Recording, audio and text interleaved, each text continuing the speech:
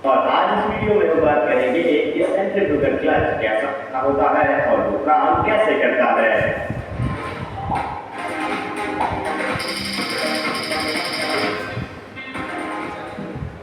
आपको पता ही होगा कि हर एक इंजन वाली गाड़ी में एक क्लच लगाना पड़ता है ताकि हम इंजन को स्टार्ट और गाड़ी को ब्रेक लगा सके। अब सभी में एक है सेंट्रीफ्यूगल क्लच।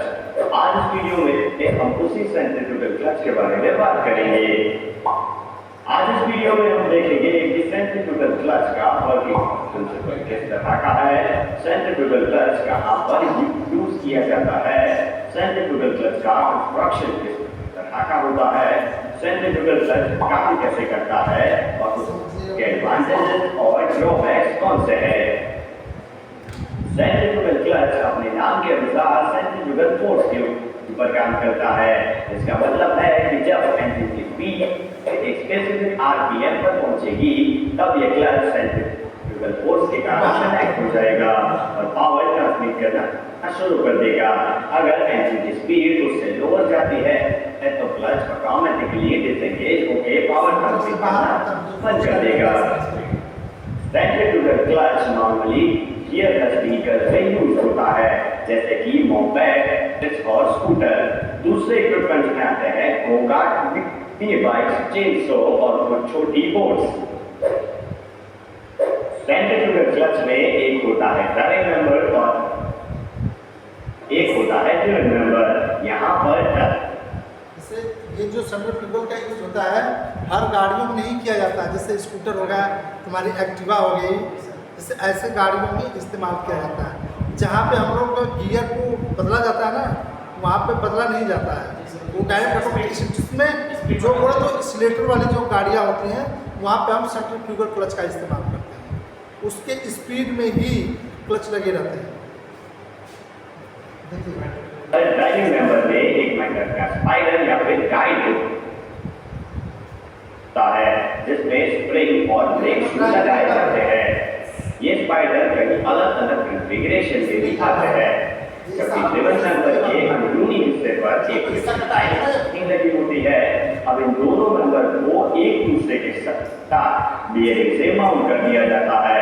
यहाँ पर जो ड्राइविंग मेंबर है वो इंजन के क्रैंकशाफ्ट के साथ, जबकि ड्रिवन मेंबर ट्रांसमिशन के साथ जुड़ा हुआ होता है। सेंट्रीफ्यूगल क्लच काफी स्ट्रेट फॉरवर्ड प्रिंसिपल के ऊपर काम करता है जिसमें ड्राइवर मेंबर को इंजन घुमाता है। जैसे ही इंजन की स्पीड बढ़ेगी वैसे ही स्पाइरल में लगे ब्रेक शू पर सेंट्रीफ्यूगल फोर्स जनरेट होगा और वो शू एक्सपांड होके ड्रिवन मेंबर की फ्रिक्शन लाइनिंग के साथ अटैच हो जाएंगे। इसका मतलब देखो कैसे काम करता है। जैसे स्कूटर देखो पहले उसके बाद हम लोग सिंगल प्लेट मल्टी प्लेट में इस्तेमाल करते थे, पैडल या लीवर का इस्तेमाल करते थे तो गाड़ियाँ डिस या इंगेज होता था। उसमें हम लोग को इंगेज या डिसएंगेज करने के लिए हम लोग गियर को ट्रांसफर करना पड़ता था। पर इसमें ऐसा नहीं है। इसमें क्या होता है, जब हमको गाड़ी को आगे बढ़ाना, जैसे एक्सीलेटर वाली गाड़ियाँ जो भी होती है, जैसे हम एक्सीलेटर लेते हैं उसकी स्प्रिंग जो है तुरंत फैलती जाती है ऊपर की तरफ और जाती है। जो ऊपर वाला फ्रिक्शन प्लेट बन जाती है उससे क्या होते हैं, चिपक जाती है। जो चिपक जाती है उसके द्वारा जो है हमारी चलित शाफ्ट से जो भी मैकेनिज्म लगे होते हैं वो चलना प्रारंभ कर जाते हैं। जैसे मैंने एक्सीलेटर लिया, जो हमारे इंजन जो चलित शाफ्ट पे जो लगे होते हैं सारे मैकेनिज्म, उसके स्प्रिंग ऊपर को चलना प्रारंभ कर देती है और चलते चलते ऊपर वाले फ्रिक्शन प्लेट से क्या होती है, जुड़ जाती है। जब जुड़ जाती है तो वो किससे जुड़ी रहती है, चलित शाफ्ट यानी गियर बॉक्स वाली चीज़ से। जब उससे जुड़ जाती है तब गाड़ी हमारी तरफ आगे हो जाती है। ध्यान से देखिएगा कैसे काम कर रही है।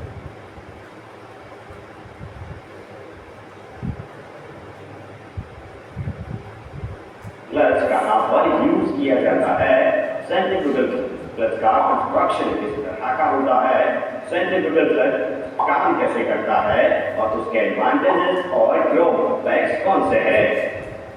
सेंट्रीफ्यूगल क्लच अपने नाम के अनुसार सेंट्रीफ्यूगल फोर्स के ऊपर काम करता है। इसका मतलब है कि जब इंजन की स्पीड एक स्पेसिफिक आरपीएम पर पहुंचेगी तब यह क्लच सेंट्रीफ्यूगल फोर्स के कारण कनेक्ट हो जाएगा, पावर ट्रांसमिट करना शुरू कर देगा। अगर इंजन की स्पीड उससे लोअर जाती है तो क्लच ऑटोमेटिकली पावर ट्रांसमिट करना बंद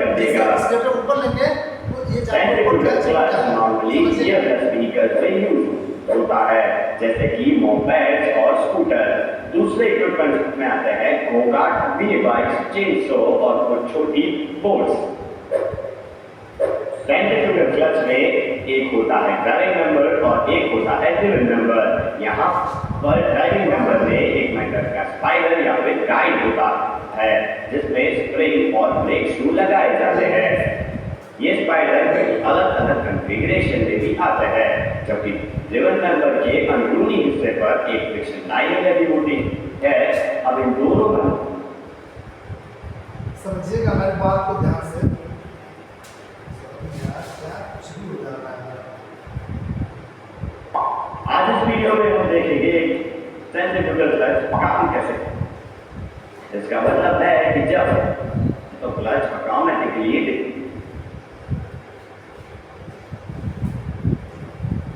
इक्विपमेंट में आते हैं गोकार्ट, ये समझ जाओ जरा।